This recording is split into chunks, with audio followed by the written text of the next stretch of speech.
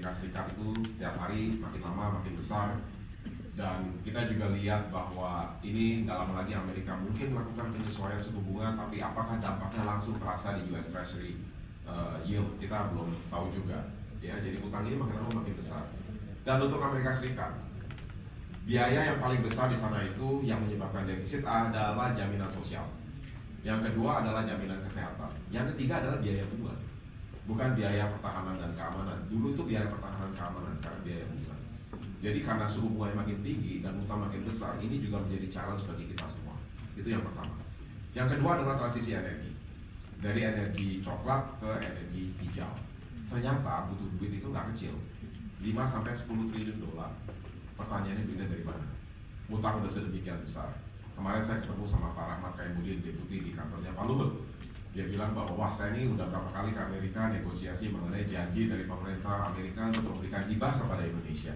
Ternyata yang dijanjikan itu cuma omong kosong katanya, karena uang yang dikirim ke kita juga dikit banget. Karena mereka juga nggak punya duit. Ya, padahal kalau kita nggak lakukan sesuatu di bidang environment, lihat aja tuh sekarang bukan cuma bencana alam ya. Kalau terbang mesti hati-hati, karena banyak sekali vakum tuh di atas. Jadi pesawat turbulensi udah sepertinya common sekali. Jadi kalau duduk make sure pakai seat belt, jangan jadi korban yang nggak perlu ya.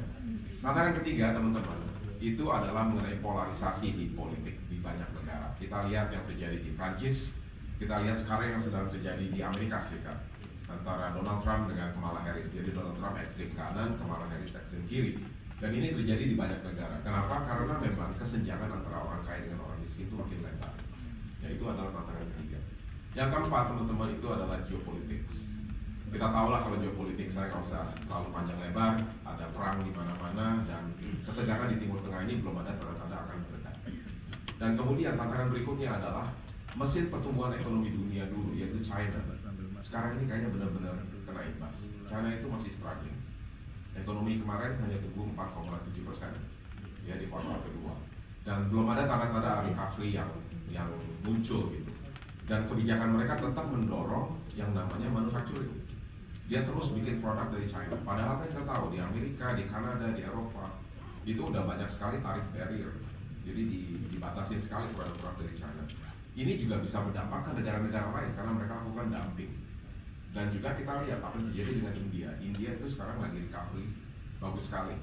Tapi mereka juga ada kendala, itu infrastrukturnya terbatas. Ya. Nah, tantangan yang terakhir, ini yang paling penting yang kita mau bahas hari ini, itu adalah teknologi. Teknologi itu kayak pisau bermata dua. Di satu sisi membantu produktivitas. Kita nggak mungkin bisa melayani nasabah yang besar jumlahnya kalau kita masih mengandalkan cara-cara lama. Teknologi ini sangat-sangat membantu kita. Saya ingat sekali, Pak Enggo juga pernah di BCA dulu. BCA namanya Bank Capek Antri dulu.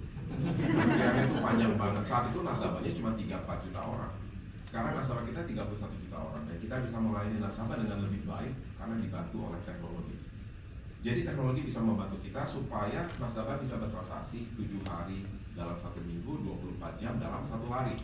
Tapi penjahat juga bisa melakukan hal yang sama. Jadi dia bisa menyerang sistem kita 7 hari dalam 1 minggu, 24 jam dalam 1 hari. Dia bisa menipu nasabah kita. Sering terjadi phishing ya, pasti teman-teman semua tahu. Ada yang pura-pura pejabat bank, minta data-data pribadi, minta PIN, minta OTP. Banyak nasabah kita yang tertipu. Dan yang lebih mengerikan lagi, sekarang yang namanya deepfake itu makin populer. Jadi kita lihat, saya kemarin melihat video, ada reporter TV di Amerika Serikat yang terkenal, realnya dengan fake-nya. Mirip sekali. Kita nggak bisa bandingkan. Jadi ini bisa terjadi dengan mudahnya karena computational power itu makin lama makin kuat. Nah, dalam forum seperti ini kita akan mendengarkan dari 2 orang expert kita. Mudah-mudahan Pak Bambang dari segi banknya seperti apa, kita juga curious karena kita makin sering dengar mengenai risiko-risiko di bidang IT, dan juga kita ingin mendengar dari segi pembicara Mas Aldi mengenai blockchain. Ya, apa sih sebenarnya blockchain itu? Bagaimana dia bisa berdampak pada bisnis perbankan ke depan. Sebagai last advice, saya mau berikan advice kepada teman-teman yang bankers. Itu ada satu quote dari mantan bos saya, Jamie Dimon, ya, yang mungkin bisa dipikirkan. Dia memberikan advice kepada bankir-bankir muda di kantor pusat mereka. Yang disampaikan oleh Jamie adalah yang pertama, yang paling penting ya bagi seorang bankir. Tentu saja integritas itu penting, it's a no-brainer. Itu kayak kita hygiene factor. Tapi selain itu adalah kita harus ingat bahwa learning is a lifelong process. Kita nggak bisa berpuas diri dengan knowledge yang kita miliki. Penting untuk kita selalu belajar. Makanya teman-teman datang di pagi hari ini juga untuk belajar. Mudah-mudahan ada sesuatu yang kita bisa dapatkan. Yang kedua adalah build your own brand. Setiap hari ada seseorang yang menulis buku tentang Anda. Orang akan tahu, oh orang ini trustworthy, orang ini omong doang, orang ini integritasnya nggak bagus.